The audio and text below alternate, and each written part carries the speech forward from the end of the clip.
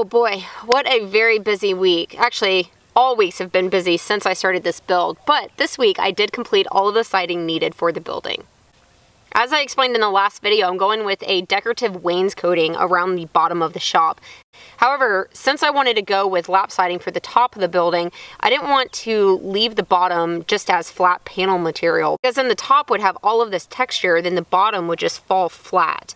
So to kind of balance the weight a little bit, I went through and added board and batten to it. To begin, I started off by adding a top and bottom rail to the siding. I was working by myself, so I had to get a little creative on how to install the boards. For the top, I made a quick eye from some 2x4s. Then for the bottom, I used a bucket and a tire, then used my foot as a third hand while using the level. Once the entire wall had a top and bottom rail, then I started measuring for the vertical battens. Just a personal choice, I went with full width boards for the rails, but wanted the battens to be slightly smaller. This meant after I cut each one to proper height, then I ripped it down at the table saw. Then to match the factory edge, which is slightly rounded over, I would clamp it in my super jaws, then take a round over bit in my router to the cut edge so that it would match the other. This was a time-consuming process, but throughout the entire build, I keep reminding myself, make it the way that you want it because you'll be living with it for years. So it was worth it to me, and I am very happy with the results. I spaced my battens out every 2 feet. With my studs being 16 on center, that means not all of these are hitting a stud.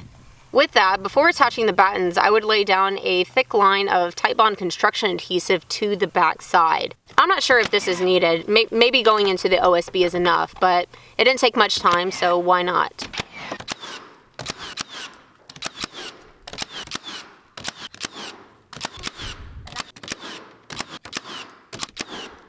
Now with this trim being attached to the front side of the panel, it's not going to be proud of the trim around the doors and the corner of the building.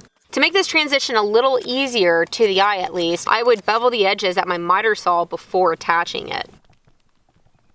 Then after getting one wall done, it was just rinse and repeat for the others. By the time I got around the entire building, I was flat worn out. There was no happy dance. There was a flop down and catch my breath moment. Something important to note, I think it would have drastically changed the look had the top trim been interrupted by my windows.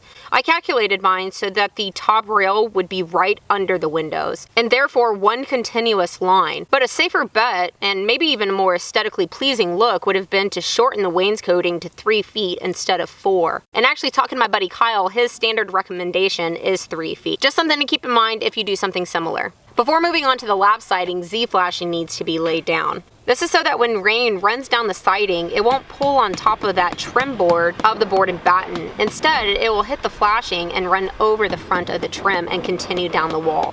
10 snips can be used to cut the flashing to length, and I used roofing nails to attach it. I wasn't able to locate a punch to make this easier, so instead, I used a larger diameter nail to punch a hole first, then came back to drive in the nail. I also cut the end details of the Z-flashing to match the bevel of the top rail. And I actually made a mistake here. I forgot about the window trim. So I pulled off the flashing really quickly, installed the simple window trim, then reapplied the flashing. I thought I was done with this step when my buddy and professional carpenter Tim sent me this video. Hey April, I noticed in your story that you have the Z-metal on over the chair rail. Make sure that you tape that to the house wrap, or else make a slice in the house wrap and tuck it underneath. Otherwise, water can go right behind on top of the house wrap, right behind the Z-metal, and then cause rot. So you don't want that to happen. Looking pretty good otherwise. People keep asking me, how do you know how to do all of this? And a large resource I'm utilizing is the friends that I've made on Instagram who are professional builders. People like Kyle and Tim and of course George have allowed me to pick their brains, and also they will send me notes if they see something that I'm missing. So to you guys, thank you. I can't tell you how much I appreciate it. But then also to you audience members, don't be afraid to ask questions if you don't know something. It is by far the quickest way to learn something. Okay, now on to lap siding. Before the first row can be laid down, a starter strip has to be attached. And this will kick out the first board at an angle to match the angle of all of the other rows. These starter strips are ripped from leftover concrete board used on the wainscoting. I used 2 carpenter pencils to act as spacers to lift them up from the Z-flashing. then a slightly smaller spacer to set the first board of lap siding in place. This first board needs to be up off the Z flashing, but you don't want to see that starter strip poking out of the bottom. Okay, will you throw a level on it, Dad? The main takeaway from siding is that it's very simple. There's just a lot of it. It requires at least 2 people, but 3 is even better, and it takes 1 full day to knock out one side.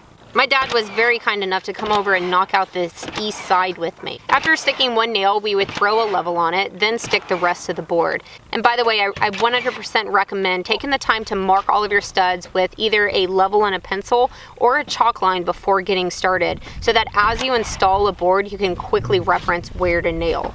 To get the seams staggered, I would start off with a full board, then cut the next one in half and repeat that pattern all the way up.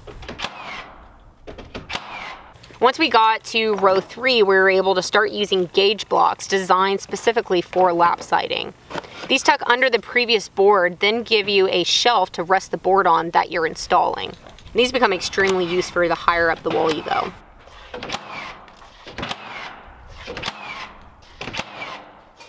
When a row ran into a door or window, I would just take a measurement and cut it to length.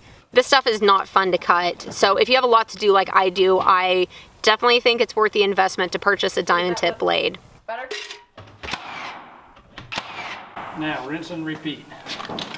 Exactly. Something else, when getting to a door or window, I would build up both the left and right side equally, then notch out a full board to span across the distance. And for cuts like this, I found an angle grinder to be the best tool for the job. Again, I'm using a battery-operated nailer, but I made sure to fine-tune the pressure setting before getting started so that the nail wouldn't be placed too deep. Sometimes, depending on the angle I shot in the nail, it would protrude just slightly, and I would use a hammer to knock it back in. This stuff might hold up for 50 years in the weather, but it will break very easily under a hammer or even being handled and moved roughly, so just watch out for that if you use it. It was the same exact system around the bay doors, building up both the left and right side equally, then notching around the top, and then coming back with full boards on top of that. At first, our system was to put down 1 solid row from left to right at a time, but then whenever it moved to mostly ladder work, we very quickly changed the process to where we were working up as much as possible before working out. It still required a lot of up and down the ladders, but it meant we could attach 3 or even 4 boards sometimes without having to shift down all of the ladders. So in the end, we saved time. With this side, and the other 2 sides actually, not being under the covered patio, a piece of flashing about 6 inches wide was placed behind every butt joint. This flashing spans behind both pieces, butting together, and is overlapping the piece of siding below it. And this is so that if water does get behind the siding at the joint, it will hit the flashing and run back out over the row below it. On top of the flashing though, I would also place a line of tight bond caulking before butting up the next piece to help sew up these seams. I found this particular step to be very fun to get into a groove on. The gauge blocks need to be set, the boards need to be placed, the flashing and caulking needs to be applied, a level just to make sure things aren't getting off, then sticking it all along the studs. Then move the gauge blocks and do it all again. If you have good teammates, which I did, then you can get into an almost coordinated dance that requires very little talking but produces a lot of progress very quickly. Onto the gable ends, a few things done differently here. First, of course, with them having the windows and the doors, I applied Z-flashing and tape to the top side of the trim. Also, there was no way I was going to haul these boards and the gear required to install it up extension ladders. Not only do extension ladders freak me out, but talk about time consuming and exhausting. So I went ahead and rented a scissor lift for the 2 days while we knocked these out. 1000% worth it. I could take care of the majority of tasks like moving gauge blocks, applying flashing, and even nailing while Brian moved the machine around to get us into a better position. It's still definitely a 2-person job, even with a great piece of equipment. The man basket's large enough where Brian could handle his side of the board while I handled mine. Before working all the way up the gable ends, we stopped to add matching trim right under the soffit. I don't know if this is standard, but now that it's all done, I am so happy that I took the time to do this step. 2 tips from my experience that made this go quicker. One is to make a template of the 412, in my case, pitch, so that it could be quickly traced on the boards needed instead of measuring and marking every single time. Also, having a dedicated cut man on the ground is the only way to go. So either beg, steal, or borrow somebody if you have a tall gable end to tackle. Overall, it took 1 day to complete the board in Batten, but 4 days to do all of the lap siding. At this point, I am only lacking the fascia and paint before the outside is 100% done. I am getting dangerously close. Next week, I'm going to be moving inside to do the electrical and the installation. So I hope you stay tuned. I hope you're enjoying it, and I will see you soon.